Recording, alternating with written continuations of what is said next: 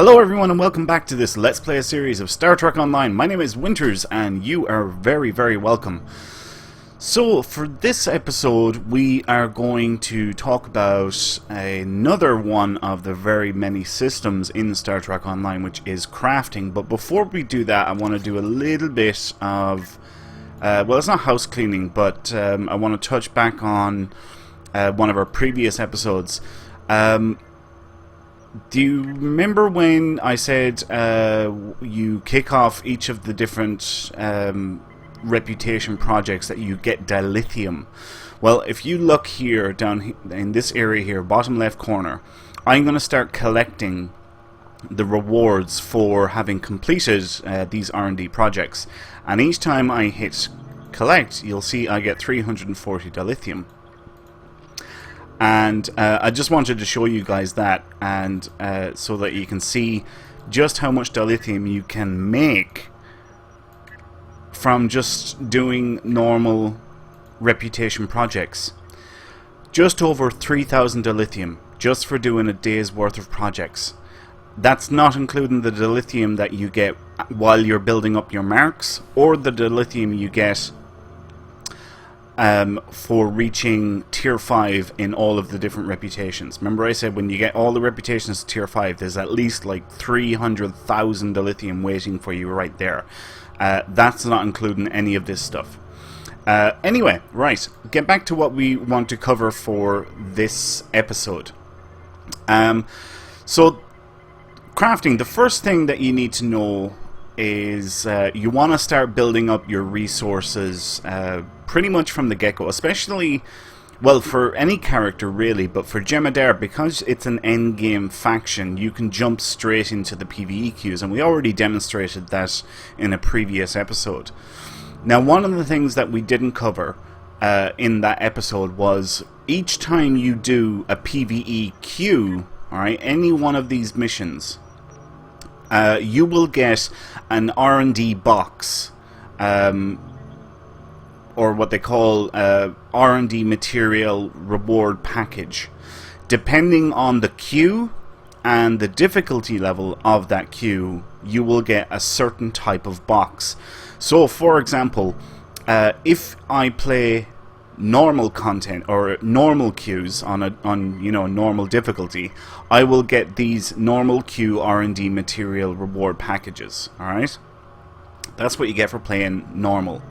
If I play an advanced queue, then I will get a box like this, advanced R&D material reward package, and they can vary. If you see, this one is radiogenic particle, this one is Trillium K, and yeah, there's a number of different ones, and radiogenic particles and Trillium K are very rare crafting materials, and depending on the queue that you play, and as long as it's on at least advanced difficulty, you will guarantee to get a very rare particle from that R&D material reward package. So for example, these ones with the radiogenic particles, I got these from playing Crystalline Catastrophe Advanced. These ones with Trillium K I got from playing Infected the Conduit Advanced. That's where they came from. Now if you play Elite content, the same rules apply.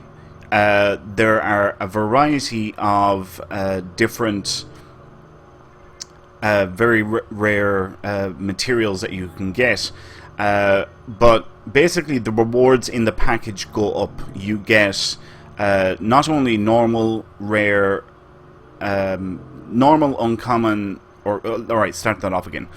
You get not only common, uncommon, rare, and very rare crafting materials, but you also get another thing that's called salvage. Or sorry, not salvage, but or is it salvage? I'm drawing a blank and I can't see it here because I didn't know. Oh no, there it is there. Salvage technology, that's what I was thinking of. Sorry, salvage technology, and that is used later on in the crafting system, and we'll get to that in a much later episode. So your first thing that you want to do is start building up your R&D materials, and I have a number of boxes here now, and we can see, look, I get some duranium, I get some tritium gas, I got some thorium particles, I got a bit of rubidium, and I got a radiogenic particle. And if I keep on opening those boxes, you can see I get a wide variety of different stuff. Now if we open the tritium K ones, you can see this time I'm getting a tritium K instead of a radiogenic particle, as you would expect. So I keep opening those, and then I go down to the elite reward or R&D material reward packages, and again you can see I've got some tritium, I've got some tetrazine. This time I got 3 Krylon gas. I also got some magnesite, but I also got salvage technology. And every time I open up one of these, you can see, look, I'm getting a nice chunk of Krylon gas. It's not just one. It's 3 each time that I open up one of these boxes. And if we look at these ones now, see, I'm getting plectin, but I'm still getting salvage technology as well as other crafting materials. So when you start out the game playing as a Jem'hadar, you want to jump into the queues as early as possible and start building up your R&D materials. If you're not playing a Jem'hadar, you might want to check out one of my other Let's Play series where we start playing from level 0 and eventually the R&D system becomes available to us. And in case you're curious, that opens up at level 15. Right. So you can see here now we have our inventory opened up. And if we click on the R&D tab, we can actually see a full list of all the different various crafting materials that we have. We've got some duranium, we've got some hydrazine gas, we've got some magnesite, we've got some plectin, we've got some radiogenic particles, we've got some dentarium, we've got some Krylon gas, and so on and so forth. So, how does crafting work? Right, to access crafting, you actually have to go up to the duty officer window. So you remember this button here opens up the duty officer window, and then you click on R&D up here at the top. And if we pick one of the schools, well actually the first thing I should say is, number 1, as a Jem'hadar character, since it's an endgame character, once the character is created, you begin with a number of the schools already at level 15. In the case of a normal Jem'hadar, I believe it's 2 schools, and in the case of a Vanguard Jem'hadar like this guy, it's 3 schools that are preset at level 15. So in this case we'll pick on ground weapons because it is level 0. So if we look here, we have blast assault weapons, we have compression pistols, dual pistols, full auto rifles, high density rifles, miniguns, pulse wave assault, sniper rifle, split beam rifle, stun pistol, wide beam pistol, and they're all the weapons that you can craft. In order to be able to craft those weapons, you have to craft a number of different components, and that's what these are here. These are the recipes for all the different components, and you can see here it shows the materials that are required in order to craft that component. And let's just pick these wide beam pistols. We'll click on begin. We'll pick phaser wide beam pistol. We'll just stick with Mark II and we'll click confirm.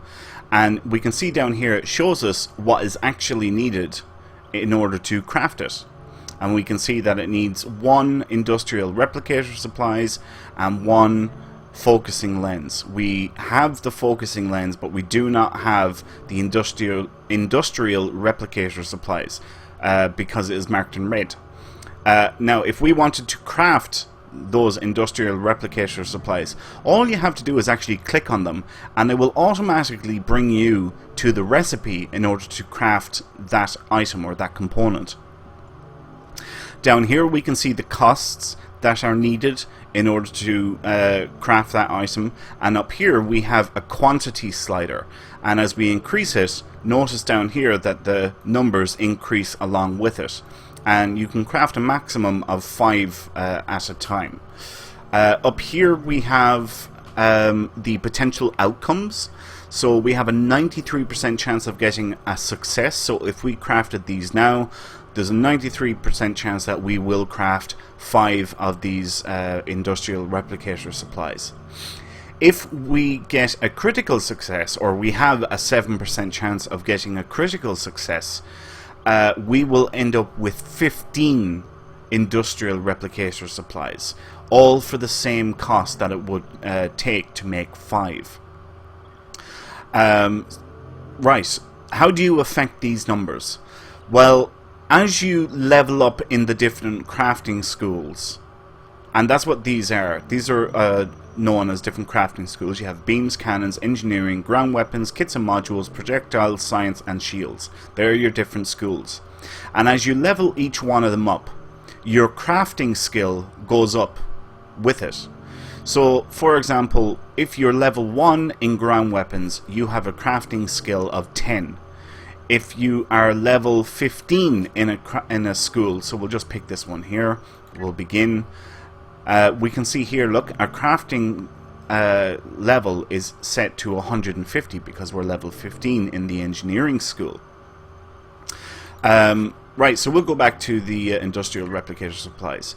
Our skill level is currently 0 because we're level 0. It has a recommendation of being level 10.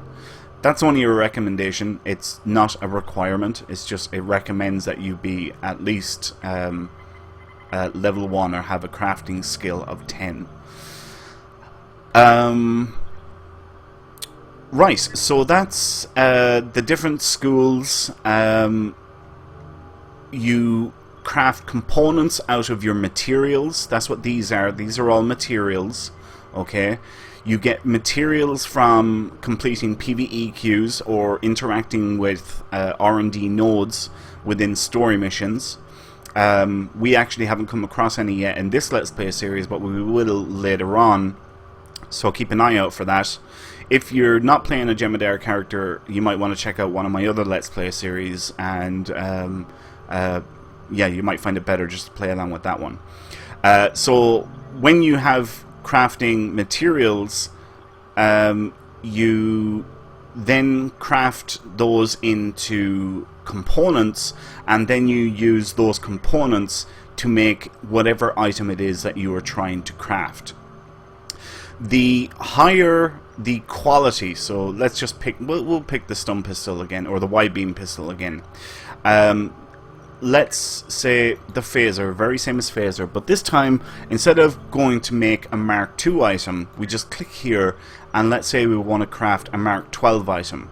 Okay, so now we've set the specifications for the item, so we click on confirm. We can see that the required items are quite different from the last time when we were crafting the Mark II version of the weapon. There are a number of common components that are needed. There are a number of uncommon components that are needed. There are a number of rare components that are needed, and there's some very rare components that are needed. Right. I'm trying to think of the next best place to move on from here. Right. In order to level up a school, a common mistake that many people make is they start crafting stuff from the get-go, and it will net you crafting experience. Okay. You know, so some people might start crafting targeting interfaces, for example, or IFF beacons, or micro power cells, whatever. It doesn't really matter. But they start crafting stuff straight away. That's actually a very big mistake. A very, very big mistake. What you actually want to do is, first of all, pick a school. Okay, so in this case we're on kits and modules. You want to scroll down all the way to the very bottom of that school, and you will find a research project for that particular school, in this case kits and modules technology. If it was projectiles, it will be research project, projectile technology. If it's science, research project, science technology, and so on. So anyway, this is the project that you're looking for, and all you have to do is simply click on begin, assuming that you have the required materials that are needed. In this case, 1 magnesite is needed. Click on begin. It will automatically assign a duty officer, which is a research lab scientist. That's what's needed in order to conduct these research projects, and then you hit start project. And that's it. It will go on a 20-hour cooldown from there. Now you can do up to 3 research projects per school per day. Okay? So I've just started off 2 of them there. And if we go to in progress, we can actually see here are the 2 projects that we done. Now the reason why these ones are here is because I started these projects yesterday, and I let them finish because I wanted you guys to see what happens when you start off a brand new fresh school like ground weapons, and you work on only the research project. So we're going to collect this one now, okay? And watch the bar fill up here for ground weapons. Boom, level 2, 1 project. Okay, we got to level 2 crafting with just 1 project. We collect another one, we're up to level 3. Collect another one, we're over halfway to level 4. So now we have a crafting level of 30 because we're currently at level 3. All from doing just 3 projects in the ground weapon school. We got up to level 3. So I'm going to kick off those ones again, and I'm going to start 3 of them. And now we have a full batch of R&D projects working for us. Since this is a Jem'hadar character and an endgame character, it starts off with 5 R&D slots already opened up for us. The reason for that is because it comes with a number of schools already at level 15. There is a 6th slot that you can unlock at the Fleet Research Lab, and we might touch back on that later on in the series. And that is the current maximum amount of slots that you can have on a character. Another reason that you want to level up all of the various schools, because believe it or not, even if you're not interested in a particular school for whatever reason, you actually do want to level up every single one of these schools to the bare minimum of level 15. Now the reason for that is, as you level up the various schools, you will unlock new recipes for different things. But everything is unlocked once you get to level 15. So once you're at level 15, you have all possible recipes that are available for that school. Now on top of that, there is a bonus or a free trait that is also unlocked for getting each individual school up to level 15. Excuse me. So in the case of beams, there is a trait, a beams trait unlocked, which can be viewed here by opening the character sheet and going to traits. And I'm pretty sure it's a space trait. Here we are, beam barrage. I'm pretty sure that's it. Gain beam damage when activating beam skills. Alright, we got that trait because beams is at level 15. There is another trait for cannons, there's one for engineering, there's one for ground weapons, kits and modules, and so on and so forth.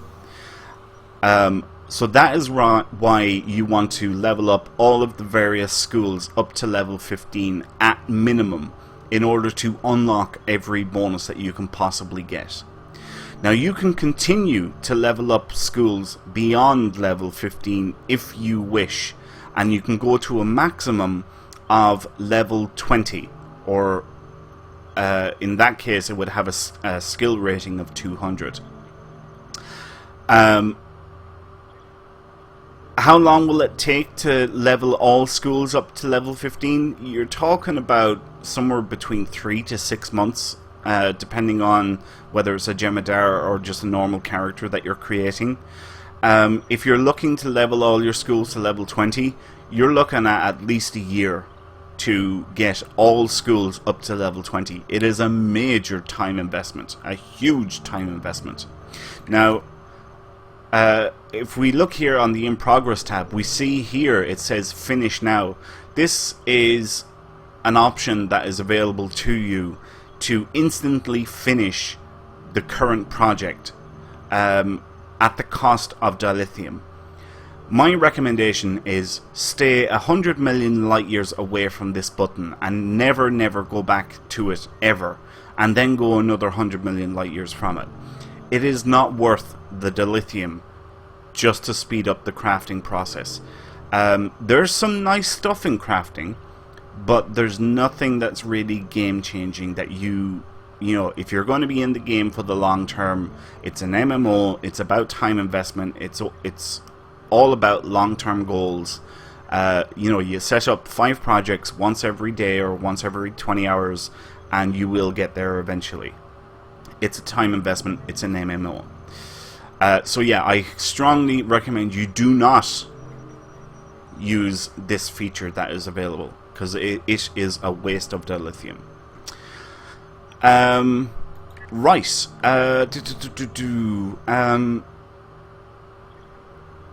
Okay, so I told you that once you get a school to level 15, it unlocks all possible recipes.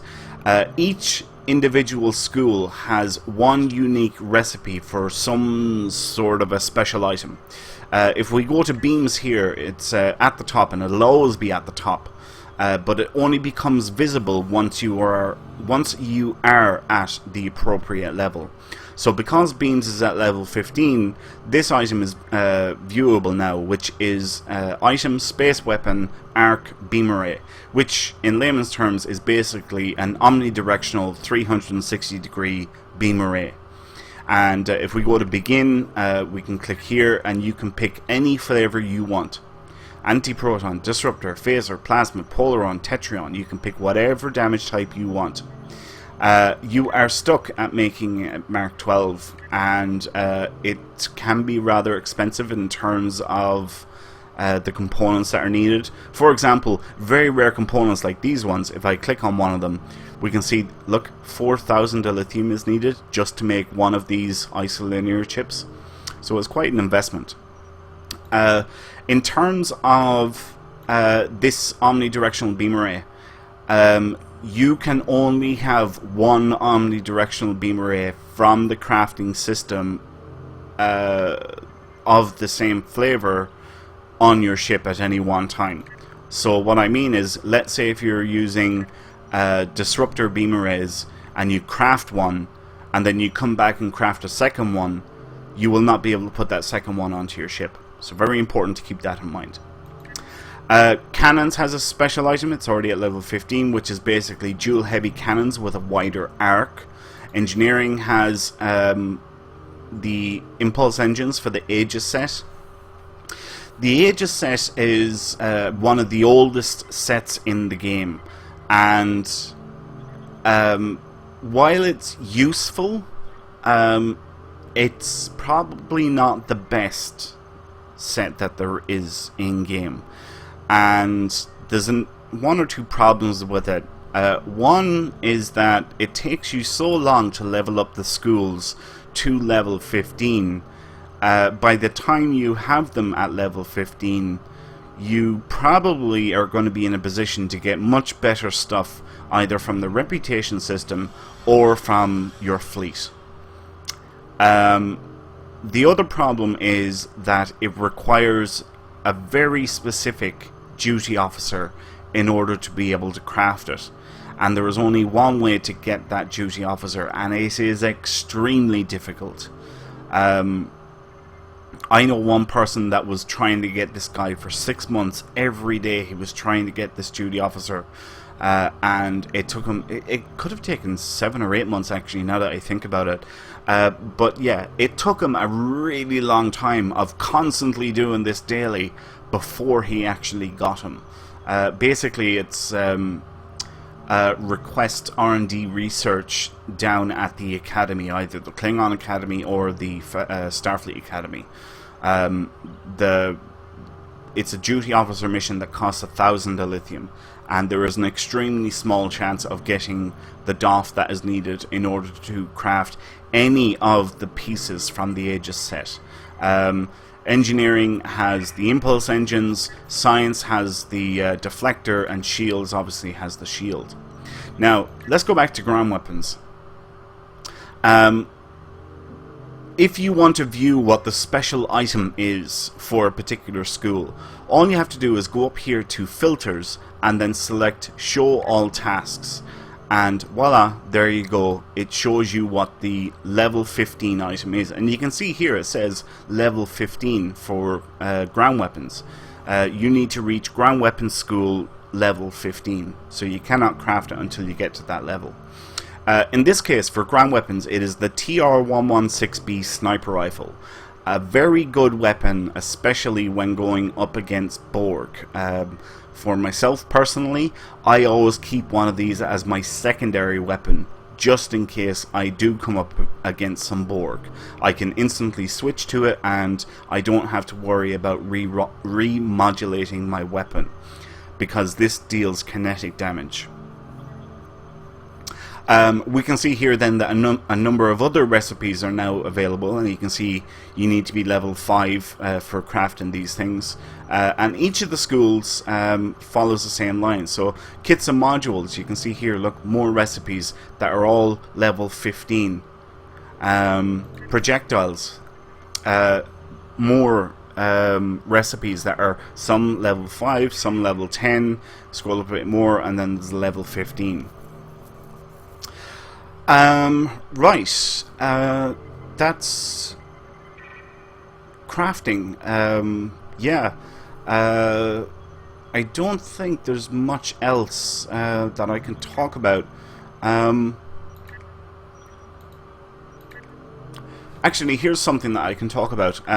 Right, so when you craft an item, you will have up here, it will display the chances of getting either a common quality of that item, an uncommon quality of that item, a rare quality, or a very rare quality.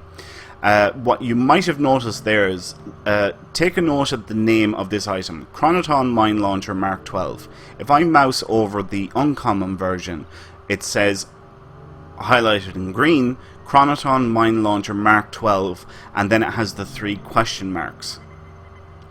The 3 question marks means that it is going to receive an unknown random modifier. Okay?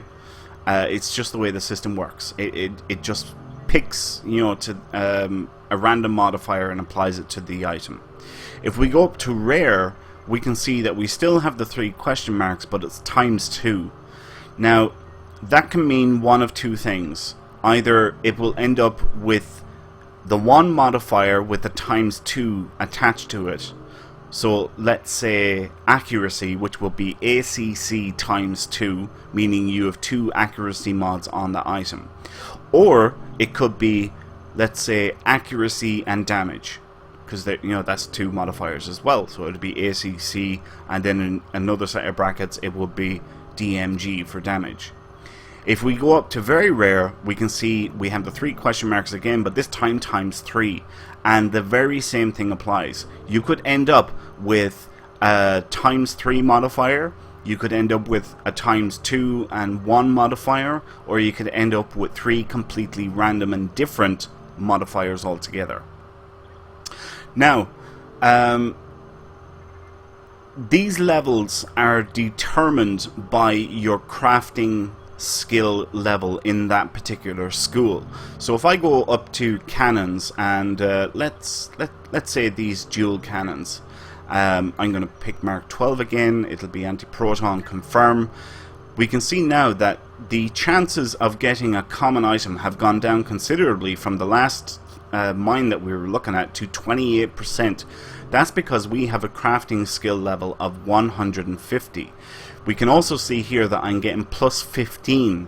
That plus 15 is coming from the duty officer that I'm using to craft this item, because we can see here he is a rare officer and he has a plus 15 rating. Now you can improve your rating even further by using what is known as catalysts, okay?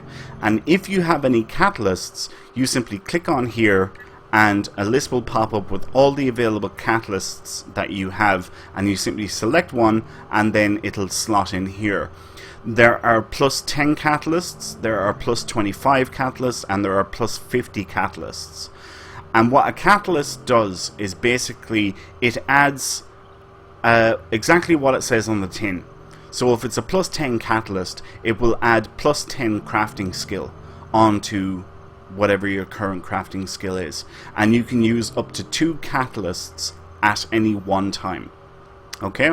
And as your crafting skill goes up, these modifiers change, and eventually your chances of getting a very rare increase more and more and more compared to, let's say, a common, for example. I think that is it. So yeah, to level up your schools, focus only on the research projects. Do them once every 20 hours or once a day. That's all you have to do. Your main goal is to level up the schools. Remember to start farming R&D materials at your earliest, at the earliest possible chance you get, because you're going to need it later on. Because you might end up crafting some items from the various R&D schools. And actually, there's something now I just forgot. The special item in each school requires a certain type of duty officer. It's a specialist for that particular item.